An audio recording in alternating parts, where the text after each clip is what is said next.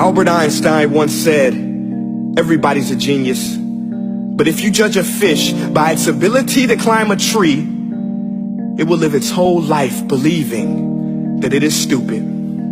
Ladies and gentlemen of the jury, today on trial we have modern day schooling. Glad you could come. Not only does he make fish climb trees, but also makes them climb down and do a 10-mile run. Tell me, school, are you proud of the things you've done?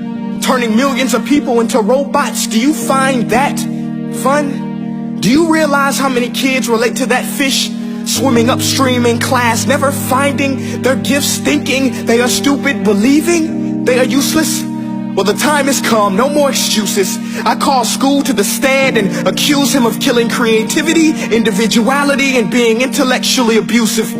He's an ancient institution that has outlived his usage. So, Your Honor, this concludes my opening statement, and if I may present the evidence of my case, I will prove it. Proceed. Exhibit A. Here's a modern day phone. Recognize it? Here's a phone from 150 years ago. Big difference, right? Stay with me. Here's a car from today, and here's a car from 150 years ago. Big difference, right? Well, get this. Here's a classroom of today, and here's a class we used 150 years ago. Now ain't that a shame? In literally more than a century, nothing has changed. Yet you claim to prepare students for the future? But with evidence like that, I must ask, do you prepare students for the future or the past? I did a background check on you and let the record show that you were made to train people to work in factories, which explains why you put students in straight rows, nice and neat, tell them sit still, raise your hand if you want to speak, give them a short break to eat, and for 8 hours a day, tell them what to think. Oh, and make them compete to get an A letter which determines product quality, hence grade A of meat. I get it. Back then, times were different. We all have a past. I myself am no Gandhi. But today, we don't need to make robot zombies. The world has progressed. And now we need people who think creatively, innovatively, critically, independently, with the ability to connect. See, every scientist will tell you that no two brains are the same. And every parent with 2 or more children will confirm that claim.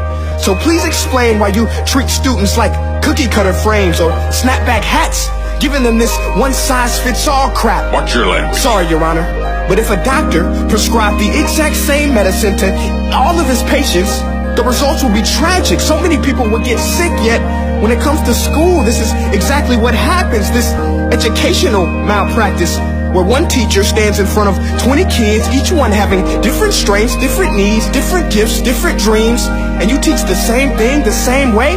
That's horrific.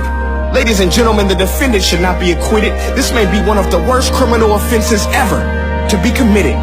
And let's mention the way you treat your employees. Objection. Overruled. I want to hear this. It's a shame. I mean, teachers have the most important job on the planet, yet they're underpaid? No wonder so many students are short-changed. Let's be honest. Teachers should earn just as much as doctors, because a doctor can do heart surgery and save the life of a kid. But a great teacher can reach the heart of that kid and allow him to truly live. See, teachers are heroes that often get blamed, but they're not the problem. They work in a system without many options or rights. Curriculums are created by policymakers, most of which have never taught a day in their life. Just obsessed with standardized tests. They think bubbling in a multiple choice question will determine success. That's outlandish. In fact, these tests are too cruel to be used and should be abandoned, but don't take my word for it.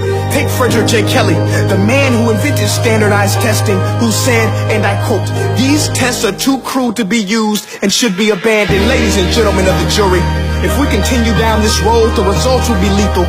I don't have much faith in school, but I do have faith in people.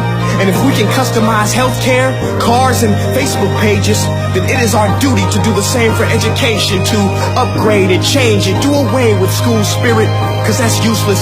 Unless we're working to bring the spirit out of each and every student, that should be our task. No more Common Core. Instead, let's reach the core of every heart in every class. Sure, math is important, but no more than art or dance. Let's give every gift an equal chance. I know this sounds like a dream, but countries like Finland are doing impressive things. They have shorter school days. Teachers make a decent wage. Homework is non-existent, and they focus on collaboration instead of competition. But here's the kicker, boys and girls. Their educational system outperforms every other country in the world.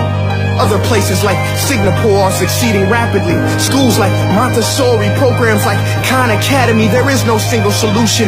But let's get moving, because while students may be 20% of our population, they are 100% of our future. So let's attend to their dreams, and there's no telling what we can achieve.